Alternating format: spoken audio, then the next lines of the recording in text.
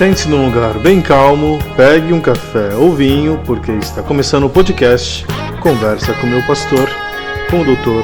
Anderson Clayton Pires. Que comece a cura.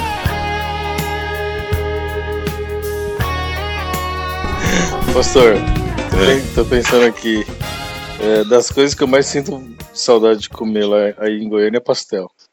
Porque, tudo bem, gaúcho sabe fazer churrasco, mas pastel eu não sabe, né? sabe fazer cuca, mas... Ah, não, pastor.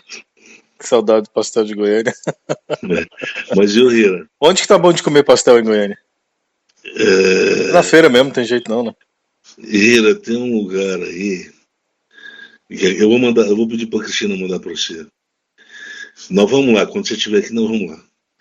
Ela vende até um pastel chamado pastel vazio. Não tem nada, não tem recheio, não tem nada, é só a massa. Diz que a massa dela é tão gostosa, Sim. mas é tão boa que o pessoal pede para comer sem nada. Que é isso? Preciso ver o que é isso. E custa R$ 9,99. Ué, quero ver. Eu tô achando que ela tá sem lucidez. Eu acho que sem nada dentro, R$ 9,99 é muita coisa. Alguma coisa errada não tá certa.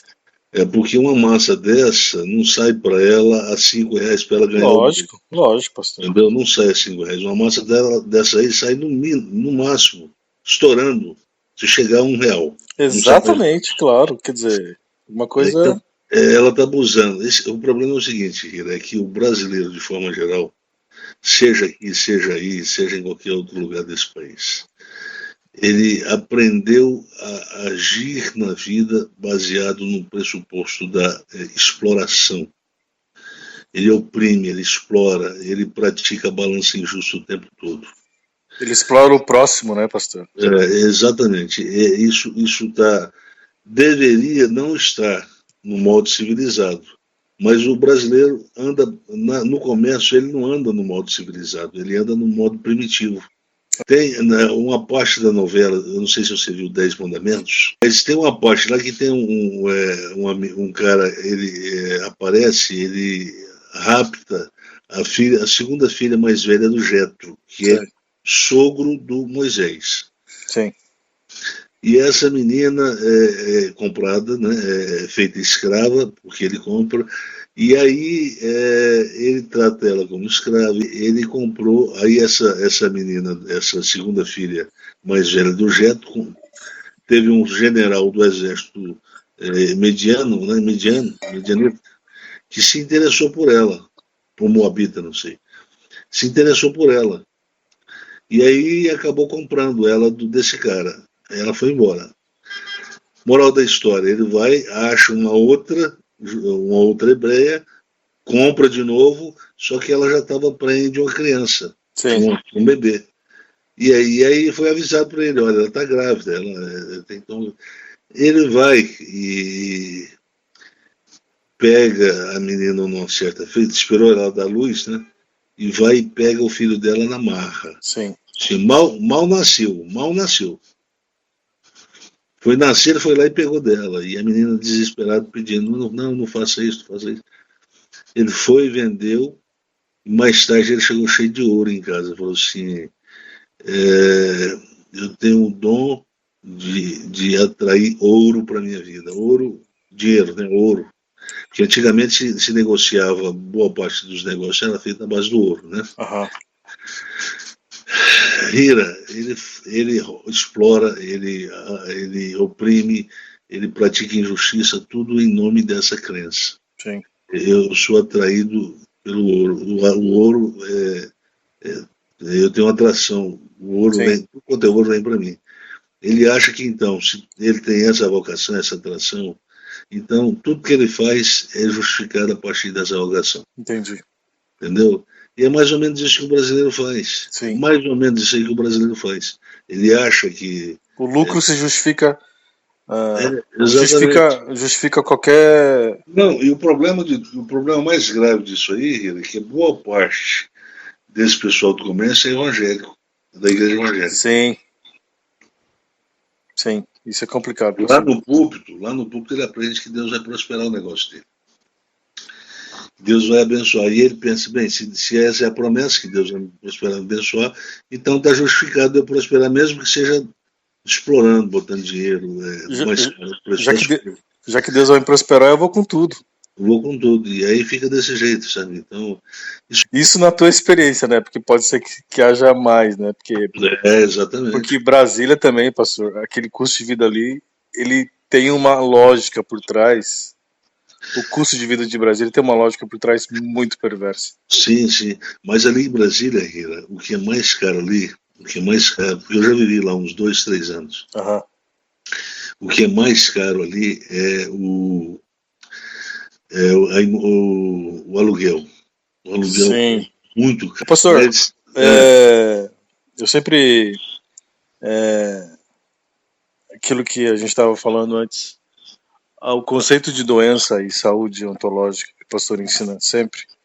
Sim. É aquilo que, quando eu cheguei na antiga comunidade, eu achava que eu era alguém experiente na fé, que eu sabia de muita coisa, que eu era o crentão. E chegando lá, o pastor vai e insere esse conceito de doença. E eu me percebo doente naquela época. E esse conceito, assim, para quem vem na igreja evangélica, pode até ofender. Porque todo mundo é doente, então é isso. E todo mundo é doente do quê? E por que a gente é doente? Sim. Assim, no primeiro momento isso dá um choque, né? Mas depois, até para ler a Bíblia a partir desse binômio, é impressionantemente terapêutico, porque a gente vai vendo Jesus caminhando na vida, que Jesus fazendo o ministério dele, é isso, vendo gente doente e curando, vendo gente doente e curando, através do Evangelho. Sim, sim, sim. Ira, você sabe que a literatura que está mais presente no Novo Testamento, a literatura, ou eu diria, as referências literárias que o Novo Testamento mais faz do Antigo Testamento, a literatura profética e a literatura sapiencial. Então, a literatura sapiencial é uma literatura muito rica do ponto de vista da educação moral, né? Uhum. Então, quando se fala de paideia cristã, se fala de um modo de modelar a consciência moral a partir dessa herança judaica, né? Essa herança judaica, na verdade, se tornou judaica, né? Essa herança sapiencial, ela é muito rica, os conceitos que mais aparecem com frequência lá é os conceitos de tolo e de sábio. Uhum. De tolo e de sábio. E o tolo é aquele que vive sem prestar atenção na forma como ele opera na vida, né? Então, essa é uma forma doente de viver, essa é uma forma adoecida de viver. Sempre aquele que não pondera, sempre aquele que não vive perguntando sobre as consequências das escolhas que eu estou fazendo aqui agora, como é que ela vai desenhar o meu futuro a partir do presente, né? Então, isso tudo são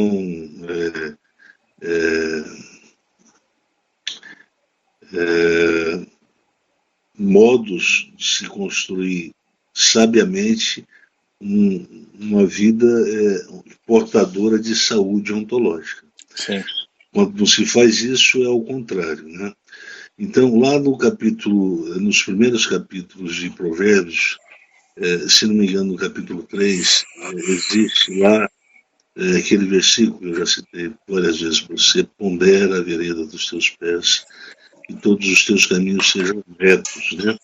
A ideia é exatamente essa, ponderar é um modus operandi da consciência humana, a consciência que teme a Deus, é um modo de operar para preservar a saúde tanto da mente quanto do corpo, né? Uhum. Tanto é que o autor lá diz, isso, se você agir assim, você vai estar favorecendo tanto a saúde do teu corpo quanto a saúde da tua alma. Olha só, olha só. Né? Então, aí, o Paulo também é um cara que vem de uma tradição rabínica, né? Antes de se tornar um cristão legítimo, ele vem de uma tradição rabínica, e essa tradição rabínica é muito devedora a essa literatura sapiencial. Sim. Tanto é que lá no capítulo 5 de Efésios, tem uma parte lá que ele faz um contraste entre o nécio e o sábio. Sim. Né? Aliás, é isso que acontece em Provérbios o tempo inteiro, né? Os nécios, os sábios.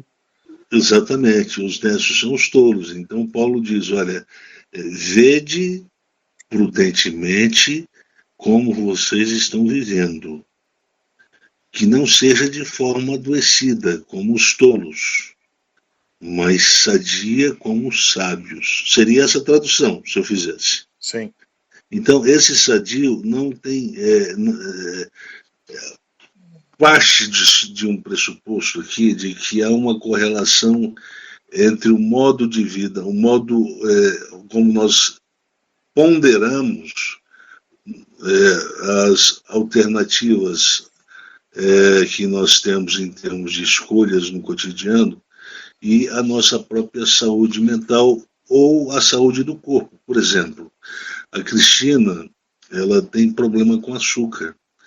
Quando ela fica um pouco ansiosa, ela vai e quer comer e consumir muito açúcar, e de forma inadvertida. Às vezes ela come mais do que deve, ela sabe que não pode, mas não consegue conter. Uhum. Ela come.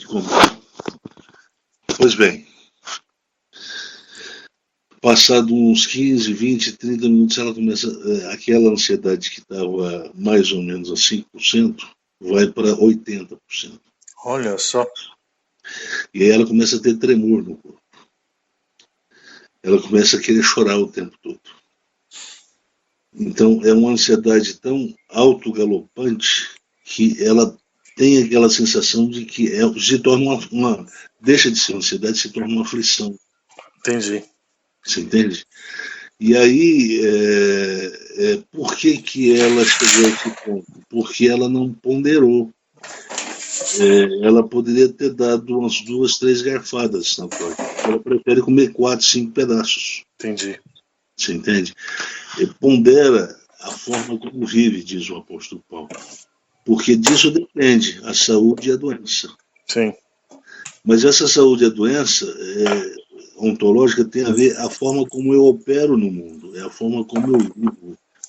Ontológico tem a ver com exatamente essa ideia, a forma como opera enquanto vive, enquanto você faz escolhas para ter uma vida sadia. Sim. Quando a gente faz boas escolhas, a gente está fazendo uma dieta moral para viver de modo psicologicamente sadio. Sim.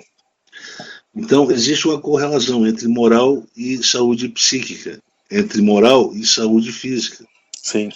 Né? Então, a correlação, a harmonização dessas 3 dimensões, a moral, a física e a psíquica, harmonizar essas 3, eu diria, dimensões da vida humana, eu diria, é necessário para quem pensa em viver de forma sadia, ou para quem tenta evitar uma forma de vida adoecida.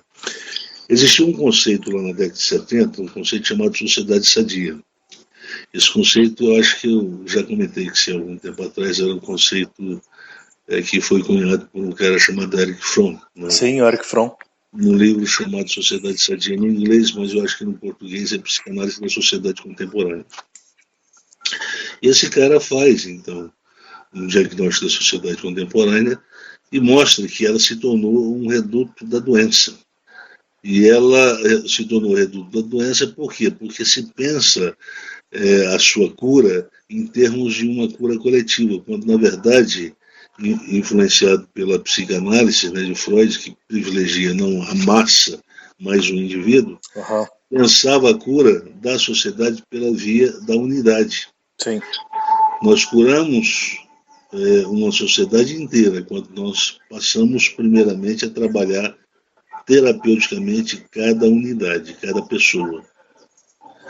Então, se cura uma sociedade quando se cura todos os indivíduos que se formam na sociedade. Sim. Primeiramente, assim. Sim.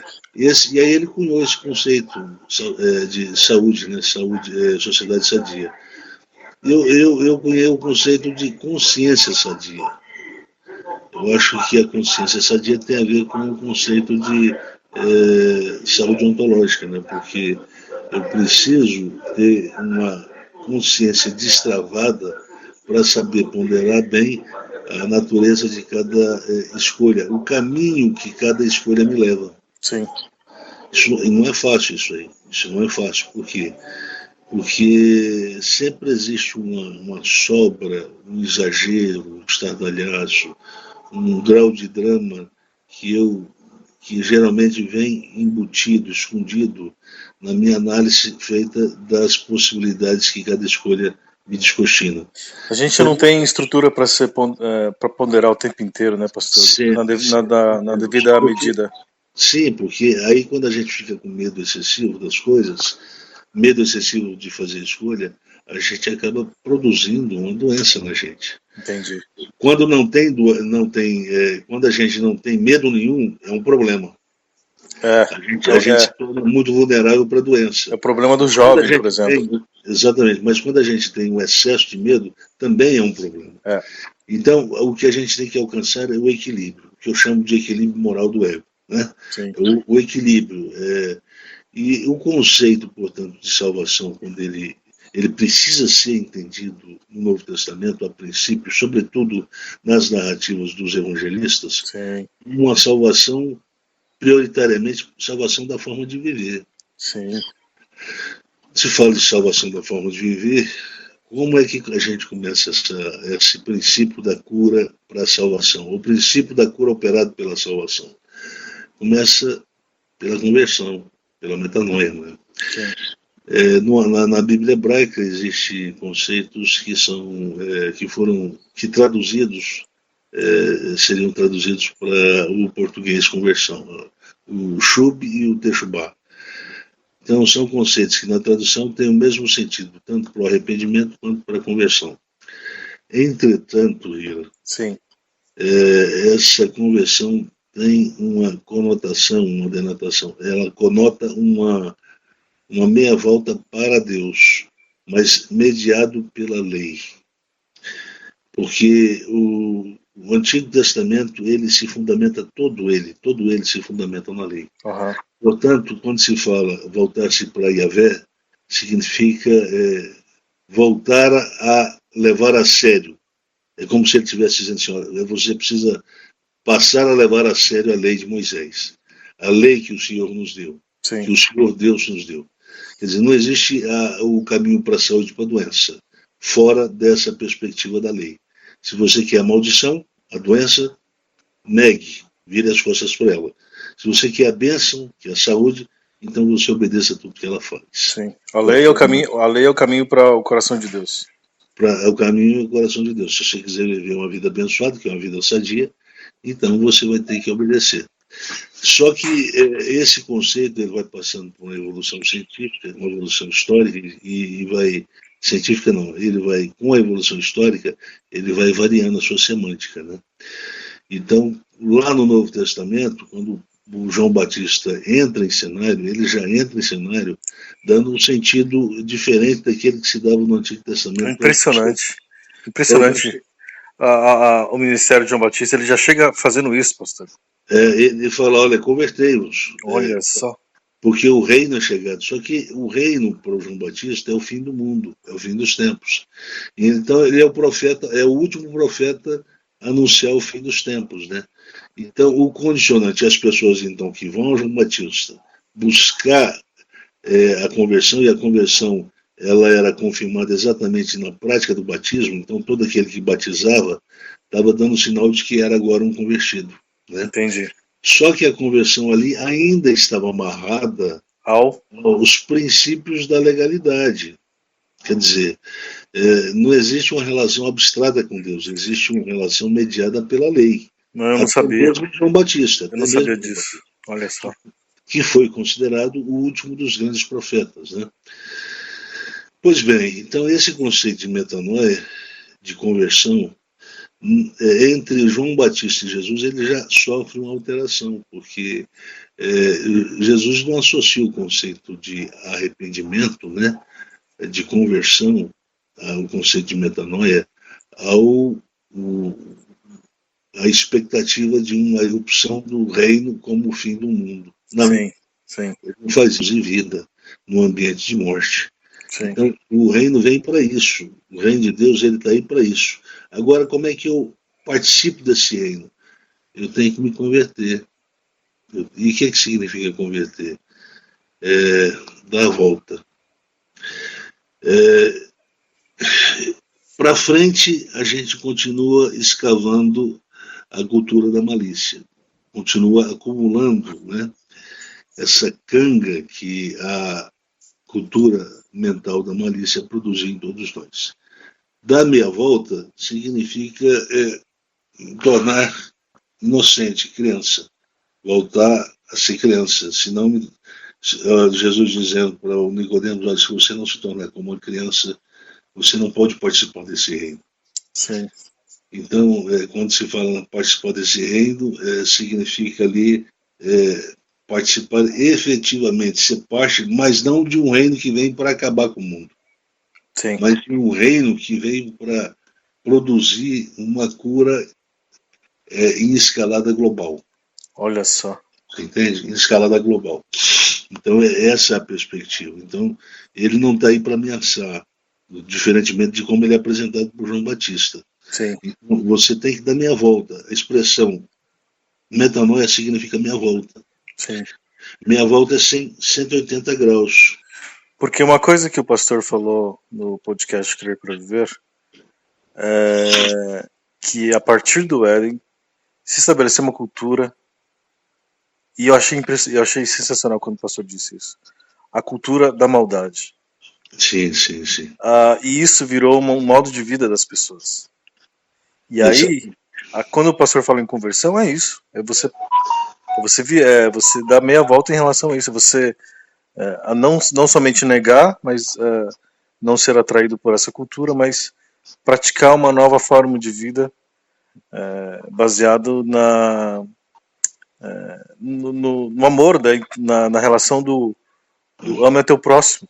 É impressionante isso, pastor, como a gente precisa entender essa cultura da maldade, como está no Evangelho, na fala de Jesus, a maneira de quebrar isso. A malícia, né, a neurose da desconfiança. A neurose da desconfiança no mundo de hoje está associado a essa privação da inocência. A malícia, ela torna a nossa capacidade solidária comprometida, ela torna a nossa capacidade de ser generoso, de ser solidário, comprometida, e por causa disso a gente, a semelhança daqueles dois personagens, o sacerdote e o levita, lá na parábola do bom samaritano, sim, a nossa tendência é seguir mais ou menos aquela mesma disposição, desconfiar de quem está precisando de uma ajuda. Então, isso é por quê? Porque o espectro da maldade nos dias de hoje ele se tornou um espectro muito amplo, muito vasto. Ganhou escala e ganhou profundidade. Exatamente. Então a maldade ela praticamente está em tudo, o tempo todo. Então, numa festa como o Natal, ela aparece de forma sutil. Mas para afirmar a sua inferioridade e para rebaixar, amassar, reduzir a nada o seu amigo. Né? O seu amigo não tem a mesma condição de dar uma Ferrari para sua esposa. Então, ali é uma competição, ali é uma disputa de competência. Então, veja bem, mas isso é escondido. Por quê? Porque é um presente que é dado. Um presente em que as pessoas vão aplaudir, né? Quer dizer, a mulher vai receber esse presente e as pessoas aplaudir, falando assim, uau, ganhou um Ferrari, né? O cara deu uma Ferrari, então o cara vai ser até considerado um cara virtuoso, né? Sim, A imagem dele vai ser. A imagem dele vai ser. E, na verdade, toda essa aparência de beleza esconde a política da maldade, né? Quer dizer, o cara pensou, planejou a forma como ele ia dar uma atacada e derrubar os inimigos imaginários dele. Todos os inimigos imaginários. Então, eu posso dar o meu corpo, né, para ser queimado. E, no entanto, eu posso não amar o meu próximo. Então, Paulo fala sobre o que é o amor. E o amor é lógica de interação. Mas é uma lógica de interação que é preservada pela cultura da inocência. A criança sabe muito bem amar. Ela não ajuda, ela não estende a mão para receber benefício. Ela ajuda. Via de regra, eu já tive convivência, tive 3 filhos, eu observei muito bem isso, meus 3 filhos. Sempre quando eu pedi um favor para eles faziam com maior gratificação. Interessante, né? Você entende? Não havia aquela expectativa de ser beneficiado. Interessante, é verdade. Exatamente. Eles simplesmente sentiam satisfação em me ajudar, em me servir. Então não havia essa política do toma lá da cá, né? Então, por quê? Porque eles ainda não assimilaram esse ethos da malícia, esse ethos da maldade. Eles ainda não assimilaram isso. E à medida que as pessoas vão assimilando esse ethos da maldade, esse ethos da malícia, elas vão perdendo a inocência, elas vão perdendo o capital da inocência, elas vão deixando de serem puras para se tornar maldosas, né? E essa maldade, ela aparece tanto nas pequenas coisas quanto nas coisas que são feitas para produzir grande impacto. Sim. Né? Como é o caso do cara da Ferrari, uma Ferrari. Sim. Mas, assim, esse binômio, então, saúde e doença, são essas as ciências, disciplinas, práticas, né, profissionais que monopolizaram os conceitos saúde e doença, né? Qual a Essas 3 disciplinas, que são, na verdade, 3 funções, né, monopolizaram o conceito, o uso do conceito saúde e doença, desse binômio, né? Sim. E, na verdade, esse é um binômio que nasceu originalmente no complexo da religião. Esse Antigo Testamento está preocupado em apontar a direção da saúde como forma de se viver a vida na fé, com temor a Deus. Né? Então, quem é o sábio? O sábio é o que pensa na natureza de cada escolha, consegue vislumbrar as consequências últimas e escatológicas de cada um. A escolha preventiva é uma escolha moral, porque ela tende a preservar o ego da pessoa humana de se tornar vulnerável a qualquer tipo de trauma. E quando acontece o trauma, que é o acidente, que é uma circunstância que produz uma circunstância eu diria, de uma circunstância de sofrimento intenso, isso geralmente produz uma parada, uma paralisação na vida de uma pessoa.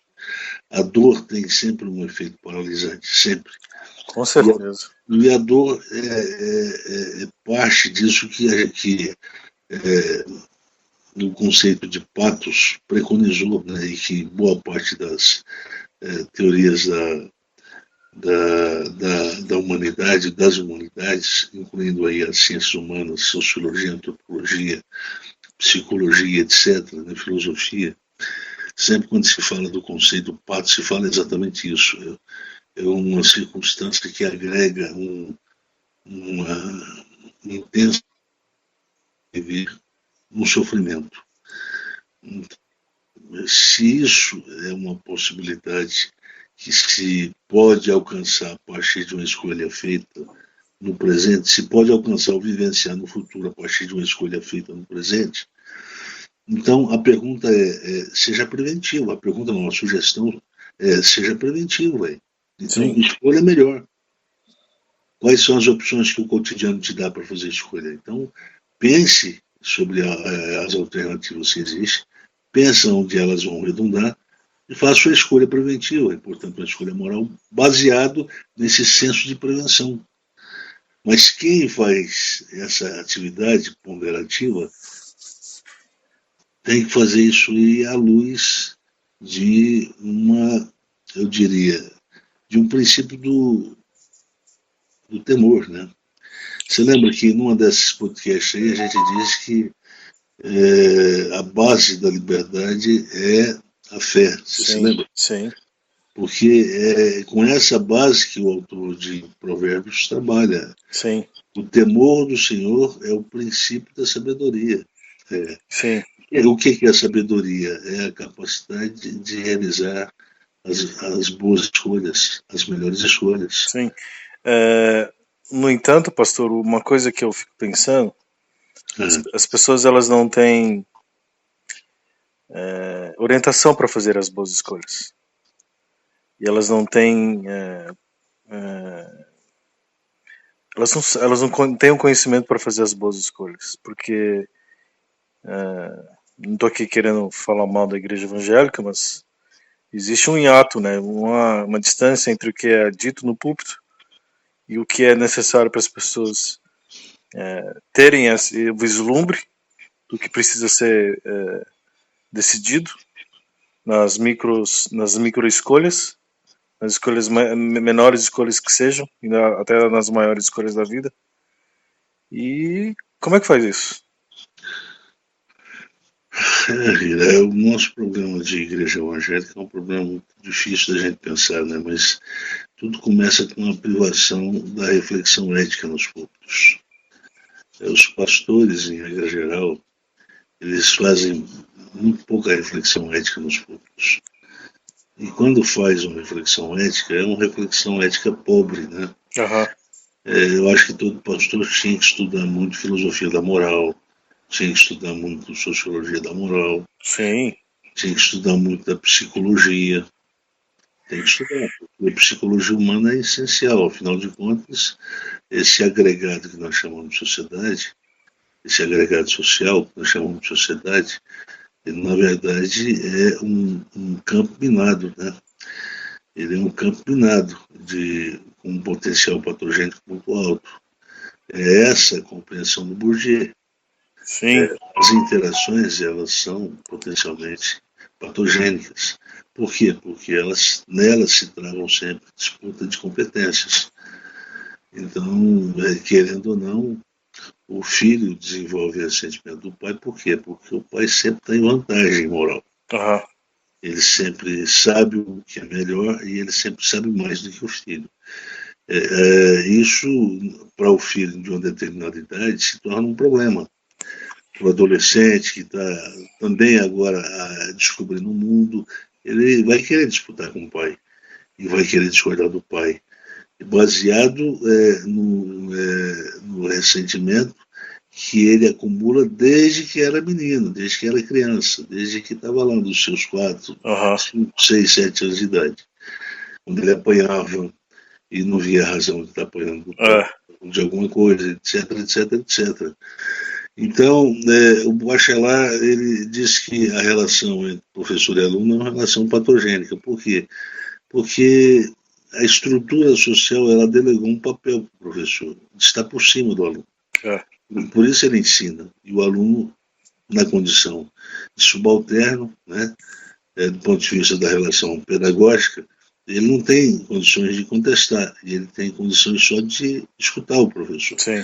E isso, em algum grau, com o tempo, vai produzindo ressentimento.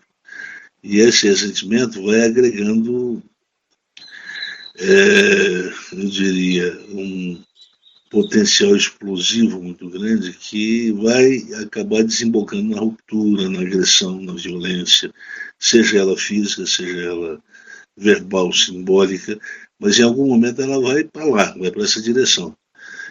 Por quê? Porque toda relação piramidal ela pressupõe o superior e o inferior. Ela pressupõe hierarquia, a existência de uma hierarquia. Aham. Então, na relação baseada no pressuposto das relações ou das interações hierárquicas, quem está por baixo sempre sofre mais.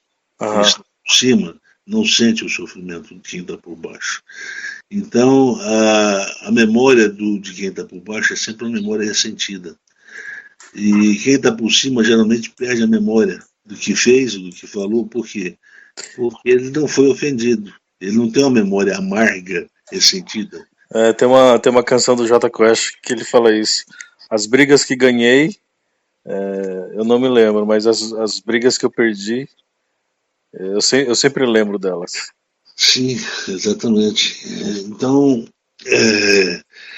o modo de viver ressentido é um modo que predispõe a pessoa, a psicologia da pessoa humana, a viver sempre, sempre, de forma indeterminada, viver sempre como uma pessoa doente, doente da alma, com intolerância baixa, com capacidade afetiva baixa, com capacidade moral baixa, com a capacidade de agregar e de produzir coesão nas interafetividades baixa, por isso que as relações se partem facilmente, amizades se quebram facilmente, não tem durabilidade, etc. Então, tudo isso tem que ser pensado, tudo isso tem que ser analisado, porque quando se fala de ágape, o Novo Testamento, esse conceito de ágape, ele é característico do Novo Testamento, ele é característico do Novo Testamento.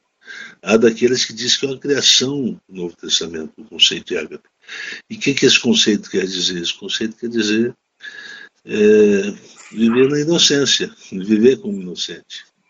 Se eu tivesse que dar uma tradução para esse conceito, eu diria isso aí. O amor é um modo de se viver com inocência. Sim. Quer dizer, eu tenho possibilidade de viver com inocência e viver sem doença, né? Privado da possibilidade de acontecer. Você vê que às vezes as crianças com câncer, aquelas crianças de 3, 4, 5 anos, que estão no hospital fazendo quimioterapia, tratamento para se recuperar, elas não ficam lá chorando. Quem chora são os pais. Elas estão lá bem, quer dizer, psicologicamente elas estão bem. Elas não dramatizam a situação que elas encontram porque elas não têm noção exata daquilo que está passando. Exatamente. Elas só estão dodói. Exatamente. Mãe, o que eu tenho? Dodói. Ah, tá bom. Deixa eu brincar aqui então. Então elas não assumiram essa cultura da malícia que a civilização produziu, essa estrutura hierárquica de intercâmbio entre essa cultura, ela produziu, segundo Rousseau, ela produziu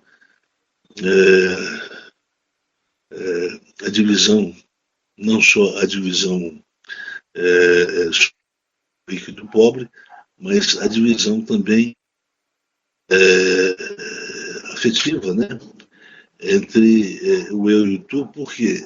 Porque quem está movido pela fome, a sede de ser o melhor competitivo para ganhar o melhor prêmio, ele vai ter que enxergar todos como potenciais inimigos. E inimigos a gente não cuida, inimigos a gente não ajuda, inimigos a gente destrói. Sim.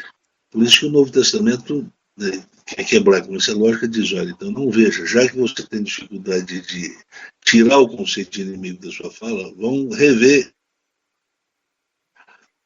Por quê? Porque quando a gente olha para o inimigo, a gente sempre quer ou estar distante dele,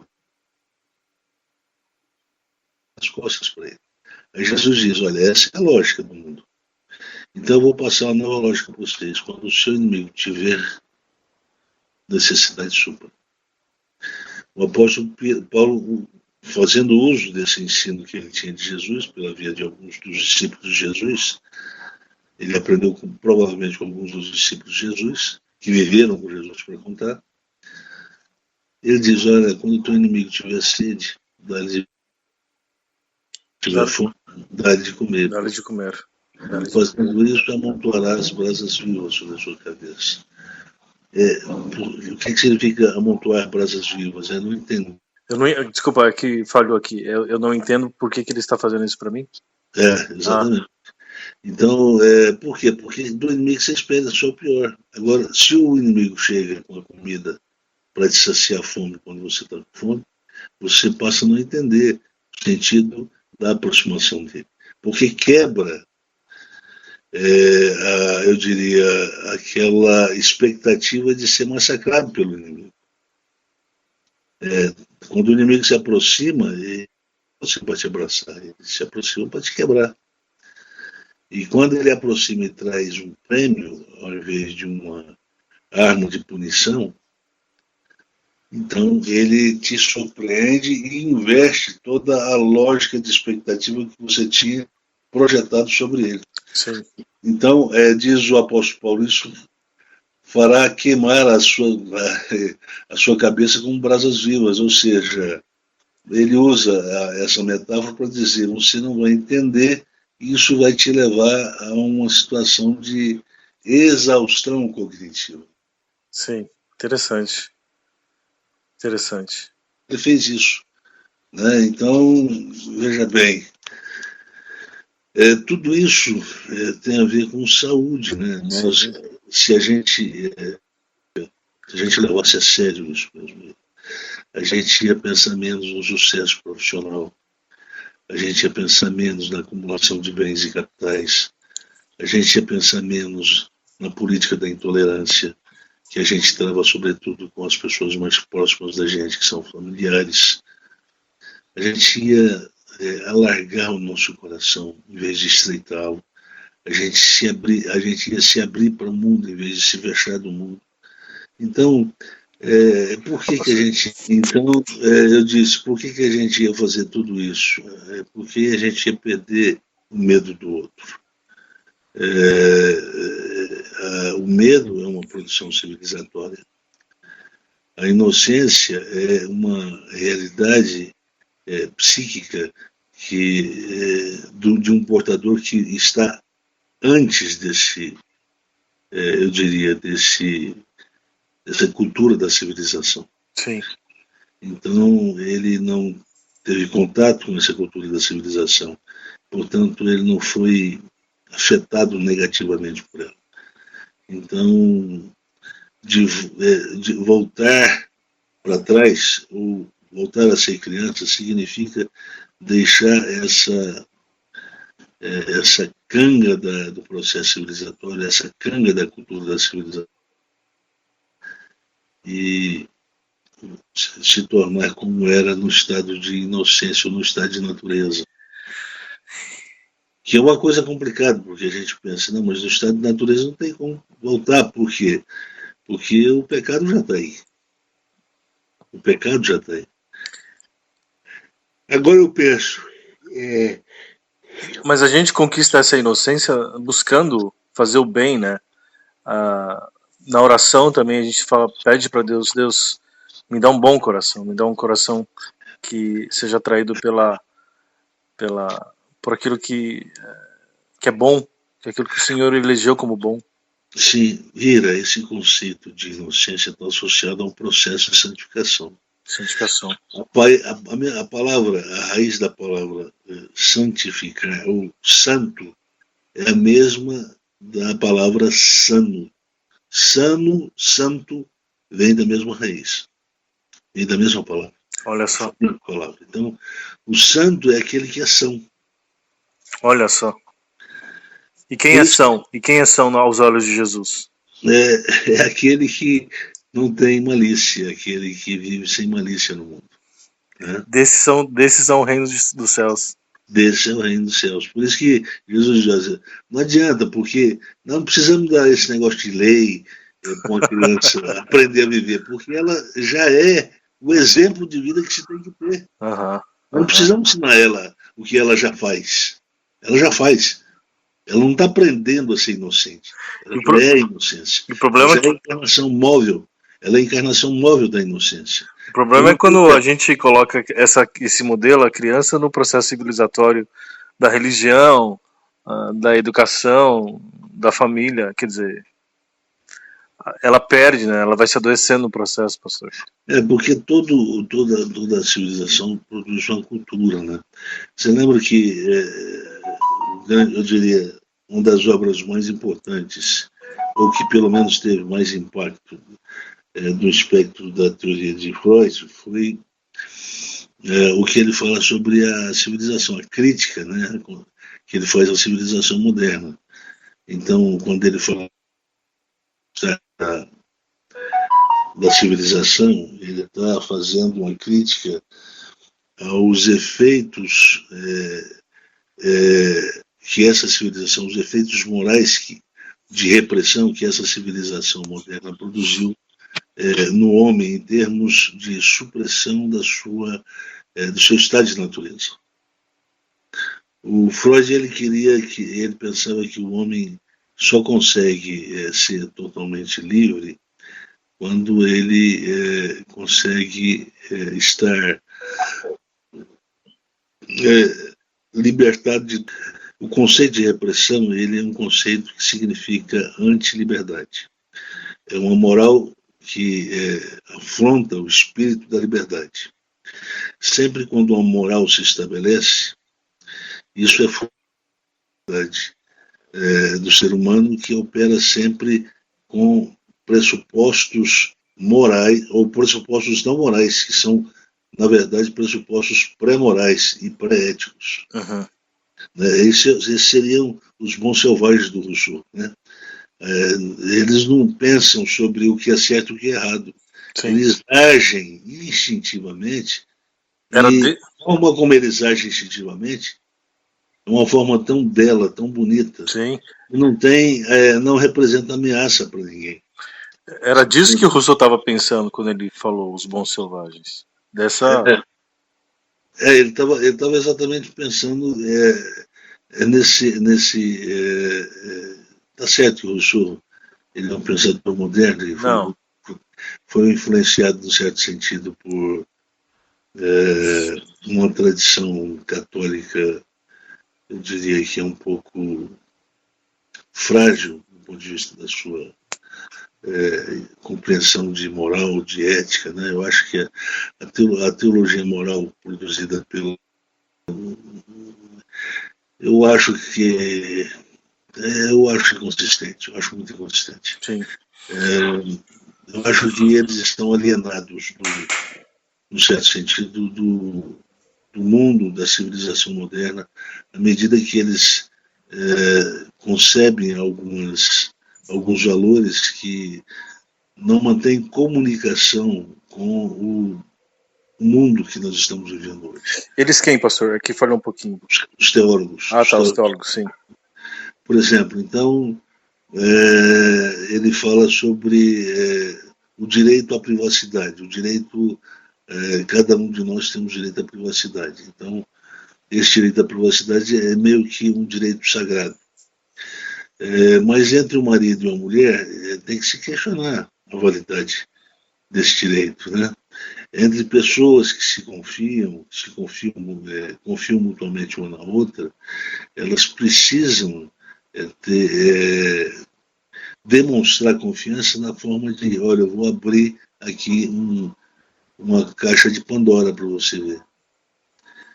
E você vai ter consciência de que eu confio plenamente em você. Sim.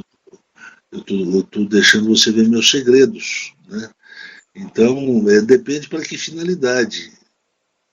Está certo que existe, em algum momento, alguém pode fazer mau uso, tendo acesso a segredos de pessoas. Mas isso não é algo que deva ser considerado regra. Uhum. Então, quando ele fala assim, sugere, um dos papas da teologia moral, ele é um cara chamado Bernard Haring, quando ele sugere assim, olha,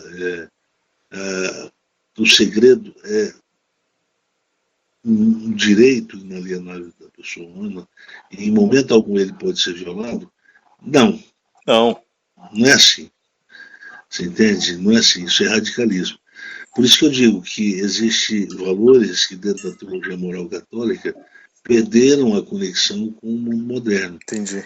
Então, Porque hoje, dependendo do contexto, se você aplica essa política, você simplesmente perde o afeto de quem está perto de você, quem se relaciona com você. Por quê? Uhum. Porque ela vai pensar que você não a ama tanto quanto ela você. Sim. Afinal de contas, Você não tem coragem de me deixar eu ter acesso aos seus segredos. sim. Você não me dá senha do seu celular. Por quê? Porque você tem alguma coisa escondida, você está futicando a vida de alguém que eu não Pois posso. é. Então, tudo isso aí tem que ser analisado. Sim. Só para deixar claro uma coisa aqui dessa coisa da criança, pastor, é que quando o pastor apresenta tudo isso, há vários desdobramentos na vida prática, né? E uma delas que eu fiquei pensando é o seguinte, em relação à criança. Numa comunidade de fé, qual seria a participação da criança ou não seria, então, razoável que ela participasse até uma certa idade? Eu acho que uma criança que tem uma certa idade, ela deve participar ludicamente das comunidades. Mas esse negócio de querer ensinar a história da fé para uma criança que mal consegue escrever, eu acho que isso é exagero. Isso é exagero. Entendeu? Aí o cara vai falar assim, não, mas a Bíblia diz, o Provérbio diz que você tem que ensinar o seu filho, papapá, você só que ele lá não fala a idade, fala. Não, Você tem a idade certinha, não passa aí, deixa eu ver lá. não.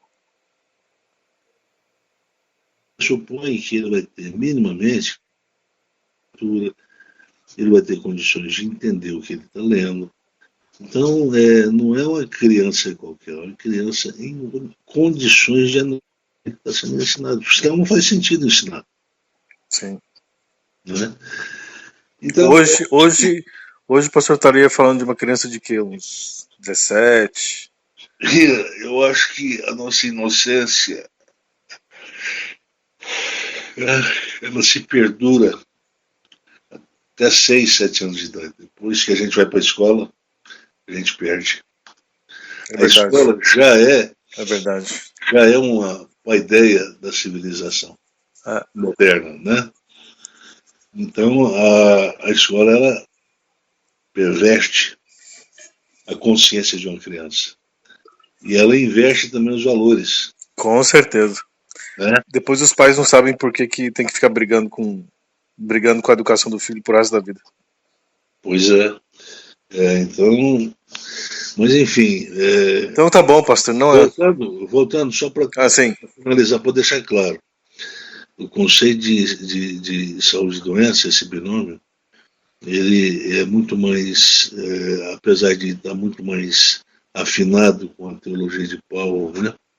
E também com algumas narrativas que são apresentadas lá nos evangelistas, pelos evangelistas, ela é de fundo sapiencial. Então, a base de toda saúde ontológica ou de doença, vamos falar da saúde. A base de toda a saúde ontológica é a ponderabilidade. Sim. Viver sabendo ponderar, sabendo fazer as perguntas certas sempre quando as oportunidades se apresentam. É impressionante, Tem oportunidades que são do bem e tem oportunidades que são do mal. Sim. Tem umas que conduzem para a vida e outras conduzem para a morte. Isso é sapiência. Isso é sapiência veterotestamentária. E que estava na base também da teologia rabínica, da qual Paulo é um herdeiro, né?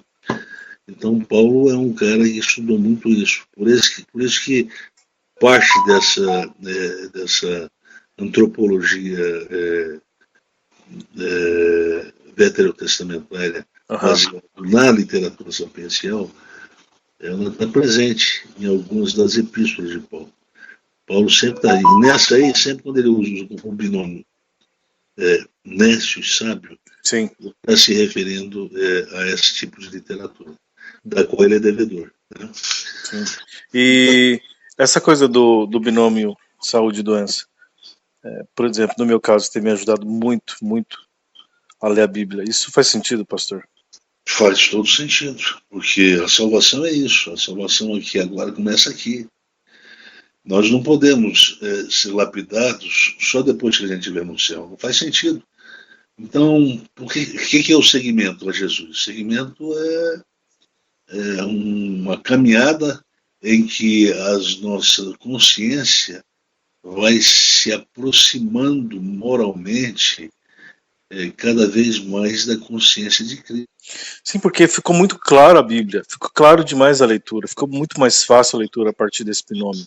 Sim, por isso que o Paulo diz que ele tem a mente de Cristo, consciência de Cristo. Quer dizer, quando você tem essa consciência, você não faz esforço moral, ou esforço moral para fazer isso ou deixar de fazer aquilo. Uhum.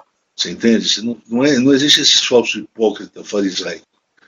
Simplesmente você vai mudando. E o Espírito Santo vai produzindo essa mudança com santificação. Sim, que bom.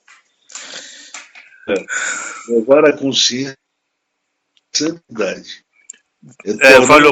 Falhou, pastor, fala de novo. Não, falhou de novo, fala de novo. Alô? Consciência humana? Alô, não, falhou, pastor, fala de novo. Você quer ligar de novo? Não, pode falar, fala de novo.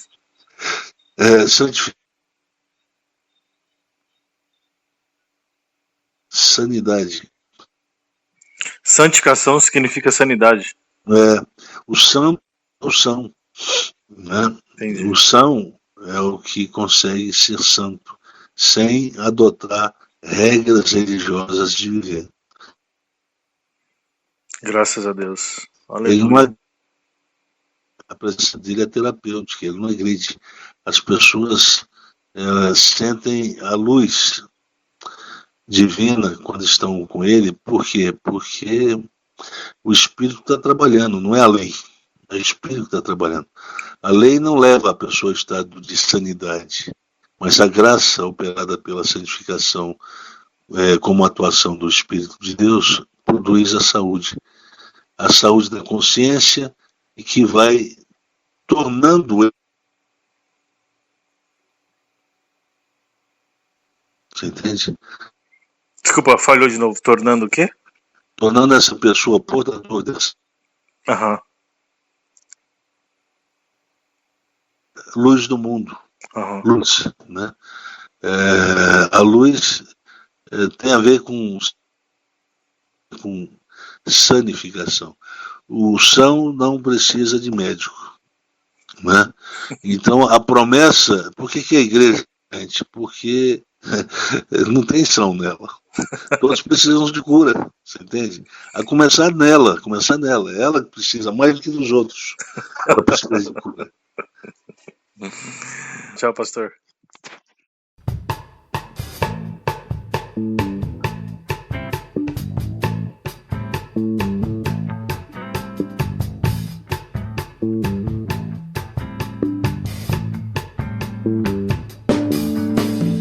Uma conversa informal entre um filho e um pai na fé sobre assuntos da sociedade e do cotidiano. Que saudade do pastel de Goiânia.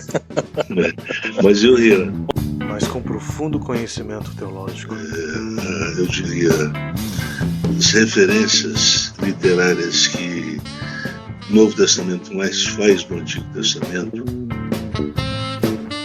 Para fazer diagnósticos inéditos e sérios sobre a sociedade e a fé cristã. É um modo de operar para preservar a saúde tanto da mente quanto do corpo, né?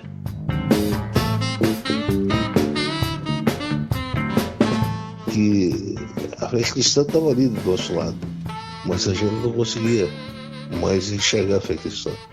Podcast Conversa com Meu Pastor, todas as quintas, às 8 horas da noite, um novo episódio no Spotify. Que venha a cura sobre você.